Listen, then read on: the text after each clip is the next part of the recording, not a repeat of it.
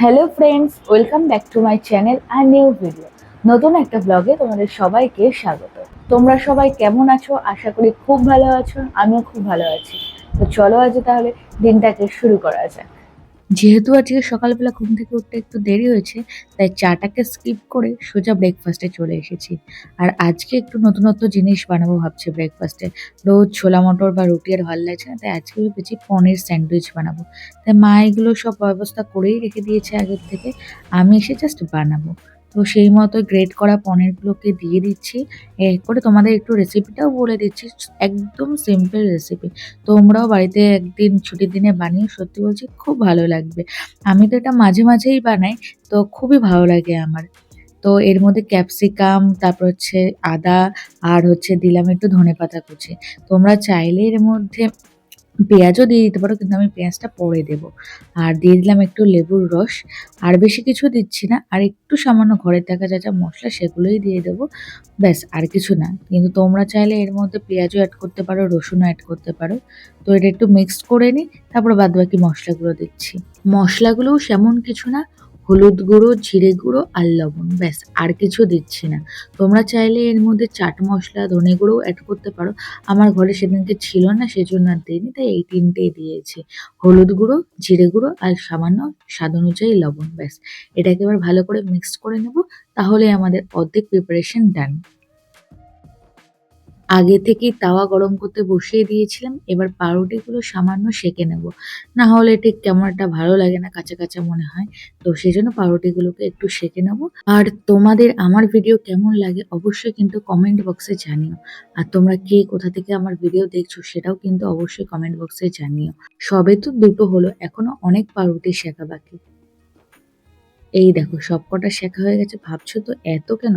বাড়িতে ৪ জনাই খাবো, সেই জন্য এতগুলোই আজকে করেছি। এইবার সামান্য একটু তেল দিয়ে নেব, তার মধ্যে পেঁয়াজ কুচি দিলাম। পেঁয়াজ কুচিটা তোমরা আগেও অ্যাড করতে পারো, কিন্তু আমি পরেই দিয়েছি।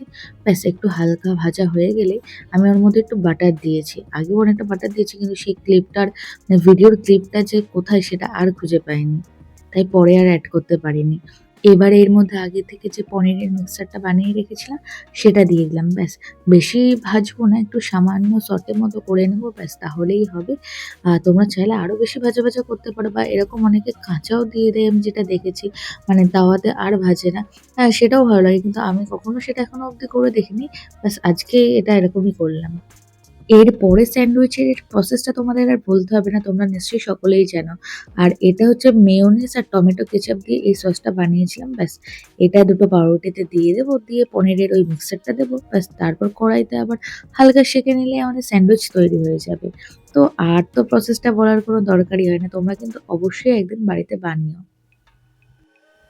আর তোমাদের পুজোর কি প্ল্যান হলো আমাকে কিন্তু কমেন্ট বক্সে জানিও। আমি এখনো পুজোর সেরকম কোনো প্ল্যান এখনো অবধি করে উঠতে পারিনি। সামনে মহালয়াও আসছে, তোমাদের কি প্ল্যান আছে অবশ্যই আমাকে জানিও পারলে। তাছাড়া কেমন কি শপিং করলে সেটাও জানিও। আমি তো আজকেও একটু শপিং করতে বেরাবো বিকেলের দিকে, কিন্তু আমার নিজের জন্য না, আজকে গপু সোনার জন্য শপিং করতে বেরাবো বিকেলের দিকে। আর এই দেখো কথা বলতে বলতে স্যান্ডউইচের অর্ধেক প্রিপারেশন প্রায় ডান। এবার জাস্ট কড়াইতে বাটার দিয়ে সামান্য একটু সেঁকে নেবো, তাহলেই হয়ে যাবে। ব্যাস, তাহলে বেশ ব্যাপারটা চ্যাপ্টা চ্যাপ্টাও হয়ে যাবে, ভেতর থেকে পনিরের ওই জিনিসগুলো বেরাবেও না, মানে স্টাফগুলো বেরাবেও না। আর খেতেও বেশ ক্রাঞ্চি হবে। ব্যাস, এই তো আমাদের স্যান্ডউইচ আজকে রেডি। পনির স্যান্ডউইচ একদম ডান।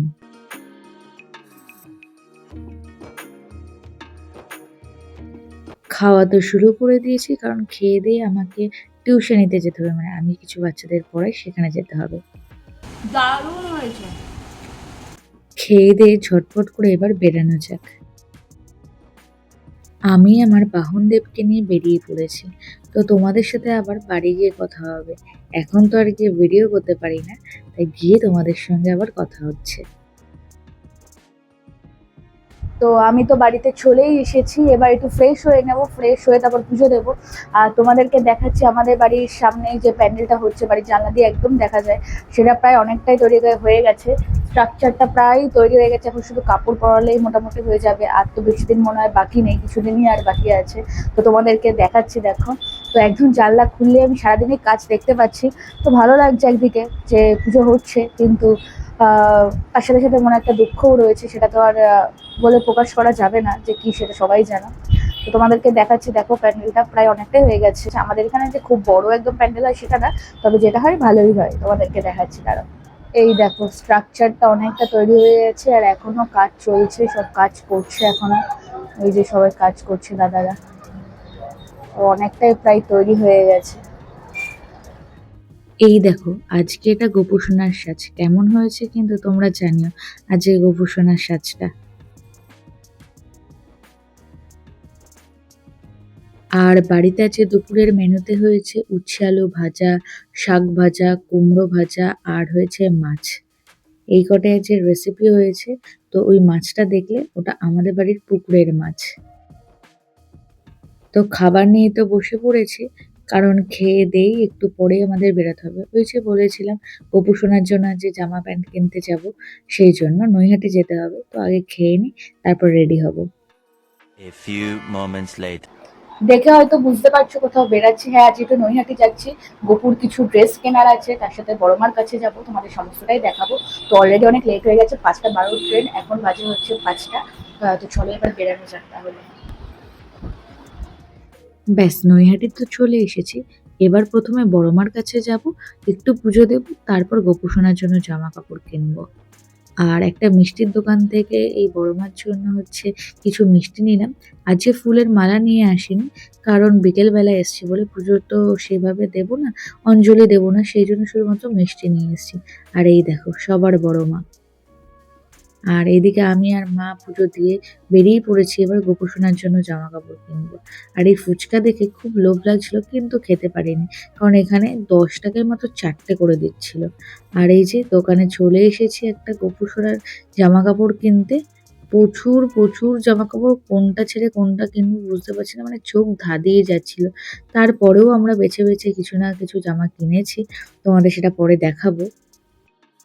দেখে তো বুঝতেই পারছো যে বাড়িতে চলে এসেছি, আর প্রচুর জিনিস কিনেছি। আর একটা জিনিসও কিনেছি, তোমাদের দেখাচ্ছি, দাঁড়াও। এই দেখো এখানে যে গ্রাসের ম্যাট গুলো দেখতে পাচ্ছ, এটা কিনেছি। এই ধূপকাঠির ছাইটা এখানে পড়ে, তো ক্লথটা হচ্ছে নষ্ট হয়ে যাচ্ছে, কালো হয়ে যাচ্ছে, সেই জন্য হচ্ছে আমি এটা কিনেছি।